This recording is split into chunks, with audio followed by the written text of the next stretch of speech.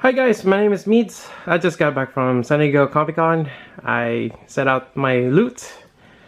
Here it is. I did get quite a bit. It's my first time at San Diego Comic Con, and it is amazing.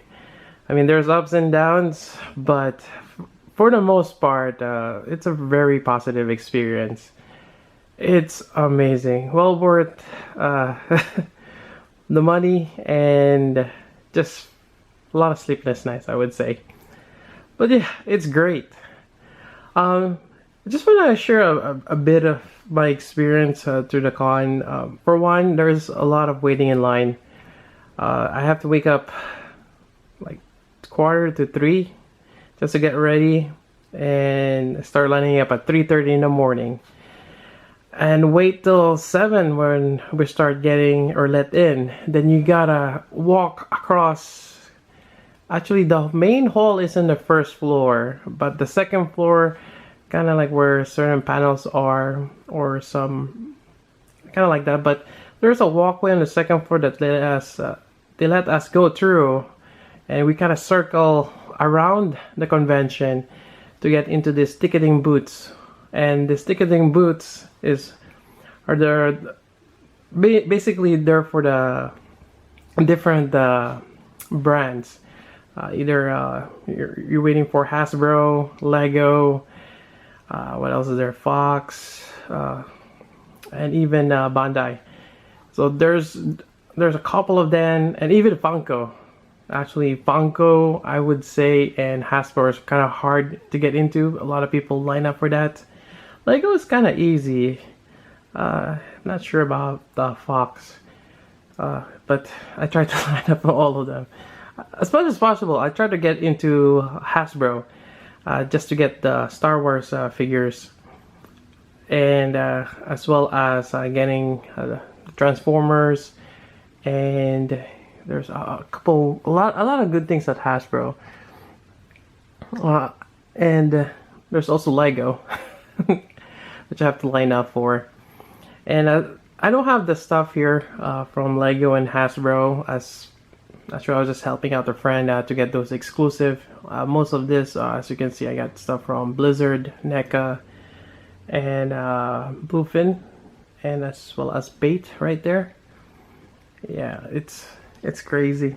So after you get the tickets, it's actually a raffle.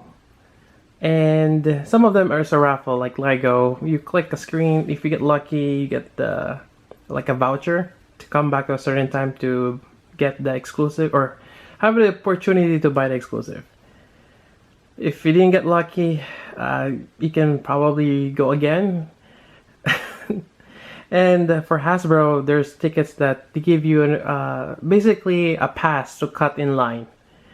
And the earlier it is, the better. Because later that day, exclusives are out, like especially the the Black Series Star Wars figures, like Obi-Wan, Kylo Ren, and Jyn Erso. Those were out on my first day, or day one, where I got a 4 p.m. ticket, and by the time I get there, they're all sold out, unfortunately. So.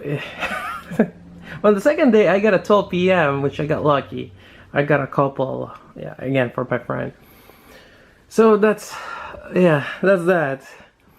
So the line. Then after you're done getting those vouchers or ticket, then you line up for the main entrance, which will open up at 9. So you get to the ticketing at 7, you do all of that, and then at 9 they open the main doors and you go on waves. And you, well, technically can't run, but you gotta do your best power walk. You gotta rush to the booth that you wanted to line up. Because certain booths, they don't have those special ticketing system. You gotta be first one in the booth and try to get the exclusive before they sell out. Sometimes they just have a limited stock for that day, and it's actually quite nice for them to kind of allocate exclusive throughout the whole Comic-Con week. Yeah, otherwise it'll be just sold out the first day, and it kind of sucks for other people. Yeah, there is a lot of chance and luck. And some people are pissed off. I've seen people literally just blasted out of the line, pissed off because it's sold out, or got an argument with another person in line. Yeah, I don't think I've seen someone get pushed out of the way, but it gets messy. Especially some people have lack of sleep or been in the line for hours, like I have. Yeah. It really tests people's patience. But yeah, as you are in, yeah, it's crazy. And there's one part where they cap the line because it's just too many people, and it's actually a fire hazard. If you have too many people stagnant in one section, if there's a fire, they block off the exit or stuff like that. Obviously, even if there's a fire, people are, for the lack of a better term, stupid, that they don't want to lose their line. So, gotta keep them moving. So anyways, it just becomes a giant musical chair, which I found very amusing. And Blizzard line, yeah, I tried to get in there. I had to loop through probably 12 times or more. Probably a good half an hour to 45 minutes before the guy who was letting people in finally realized I've been there that long. And you gotta do a lot of amusing things just to get his attention. And sadly, I probably did 5 loops where he gets distracted and he didn't see me. Like, oh, then you gotta keep trying to loop again, and just, yeah, it's a one heck of an experience. Other than that, yeah, I've spent a lot of time just lining up. It's a lot of line. But at the same time, I did get the chance to record a few things with my phone, which I'll try my best. I'm not sure if I already have that uploaded before this video or after. Yeah, I try my best. And sometimes it's kind of hard to flip through. I like to take photos as well. So it's kind of hard to balance having a photo and a video at the same time, because you can't really flip that fast. And the person is just there for a few seconds before it has to move through the line. Yeah. And for those people who've attended a Fanime, a good, I mean, just to compare that with San Diego Comic Con, I would say the exhibit hall is about 3.5 times as big as Fanime. Yeah, I've probably walked at I think one of the days 7 miles, just all around, using that the app on my phone. 7 miles, and another day 6 miles, another day 5 miles. It's a lot of walk, especially the waiting in line, or they make you loop around back and forward. Crazy. Yeah, but out of that, it kind of makes getting the exclusive more special. It's really hard, especially Blizzard. Actually, let's go over the loot I got. So going with Blizzard, I got some hats. I should get my sister a hat, one of those Winston Pop. That's a big one. So I got her that. And along that fancy big bag, which is kind of cool. The big bag has a lot of the Overwatch characters. And when I was out of the convention, people asked me, where did I get that? I said, I got it through the Blizzard booth, and it's not easy, and it's not. Then there's some Warcraft stuff there too that are exclusive to those pop figures. I actually find them really cool, and I got a couple of those. And I think that's that for Blizzard. Let me get this thing up here. So this one, this is a little interesting. That mat there. Apparently there's a card game for Dragon Ball. I'm not too familiar with it. There's a booth called Panini, and they're selling those mats. I kind of like it as just a background. You got Vegeta, Goku, Gohan, and Future Trunks. I went ahead and grabbed. I got this one. This I think is the exclusive one with a green backing, and there's also a blue one. I can't remember which one is which. I got both. They're nice. So I got that. The little guy right there, Skull Bunnies. There's a local artist, which actually I met through probably a friend. But or actually to the Gundam group, Ben. He's in our group in the Gundam club, and he's an artist, and he created Skull Bunnies. He has an exclusive of that golden stormtrooper, or is a stormtrooper Skull Bunny with a gold trim, and it's awesome. I think also it glows in the dark.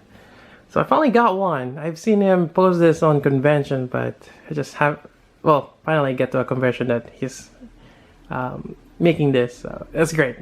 Finally got one. And he also has a Kickstarter, which I'll provide a link down below if you're interested. The Skull Bunnies. I actually really like there's a female character for that too on his story. So I find that really cool. Otherwise, let's see here. Well, you see Broly there. Broly is from Bluefin. It is the exclusive Broly. It's a recolor with a green hair. I think a lighter skin tone. Yep, and that's great. I got one.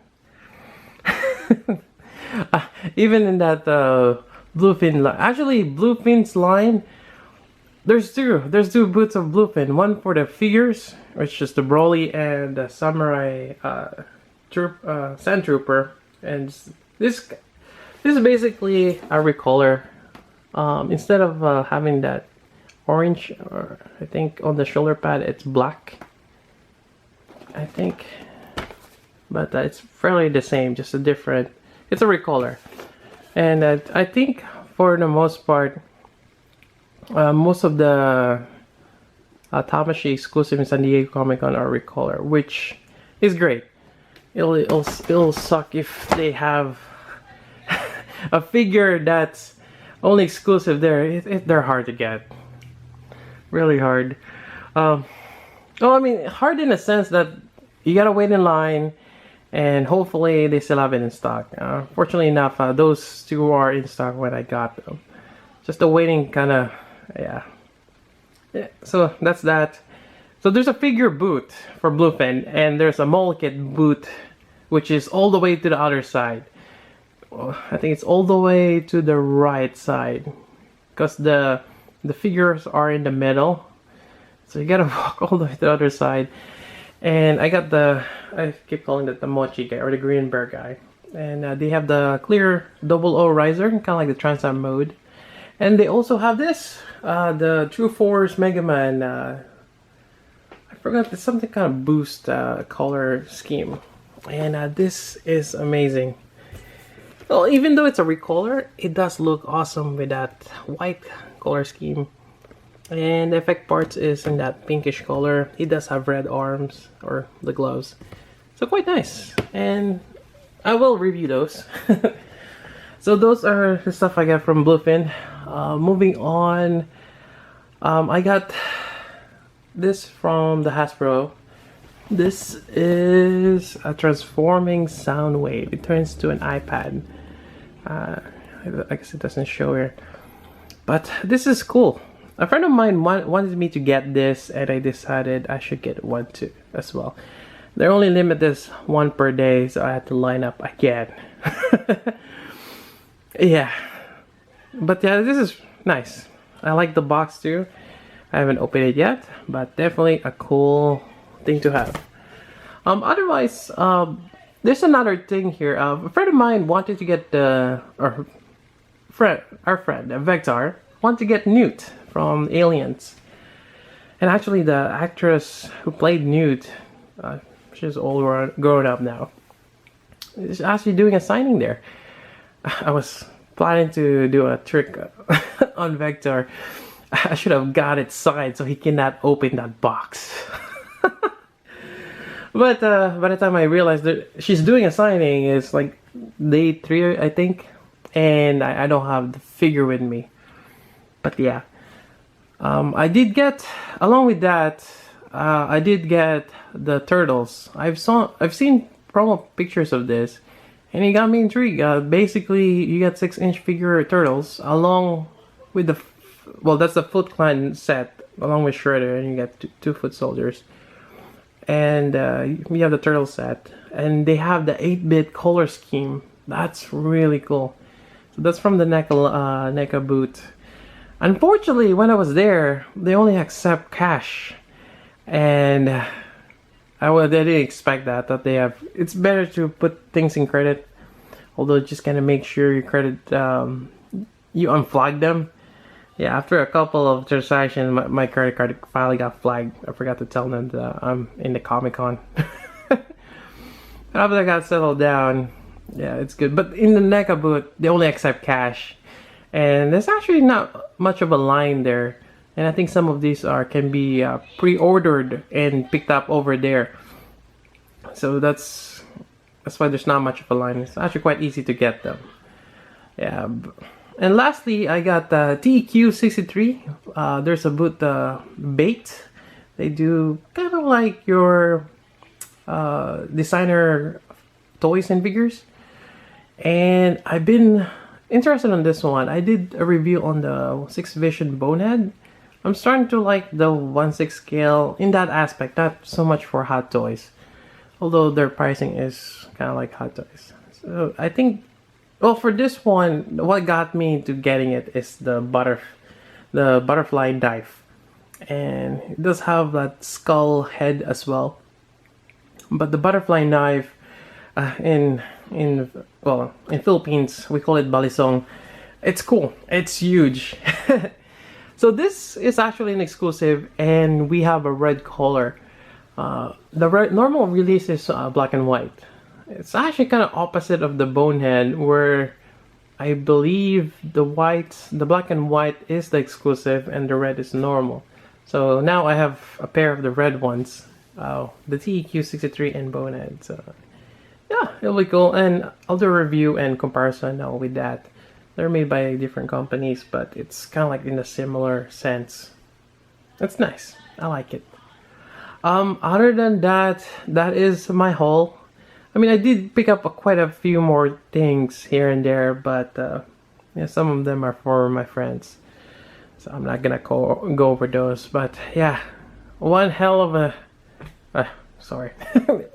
Well, it feels like hell sometimes, but the struggle that you go through lining up, and as well as helping out with your friends, just getting things. It's a crazy experience, and I think it's well worth it. I've really enjoyed my time there, and actually, sorry, my hand's getting tired holding this camera, and I probably need some sleep. But yeah, definitely, it's a fun experience. Will I recommend it? Yes, of course. I would recommend anyone, if you have a chance, if you have the money, definitely if you can go to San Diego Comic Con, it's one heck of an experience. But it does help to go with someone who's already been in the convention at least once.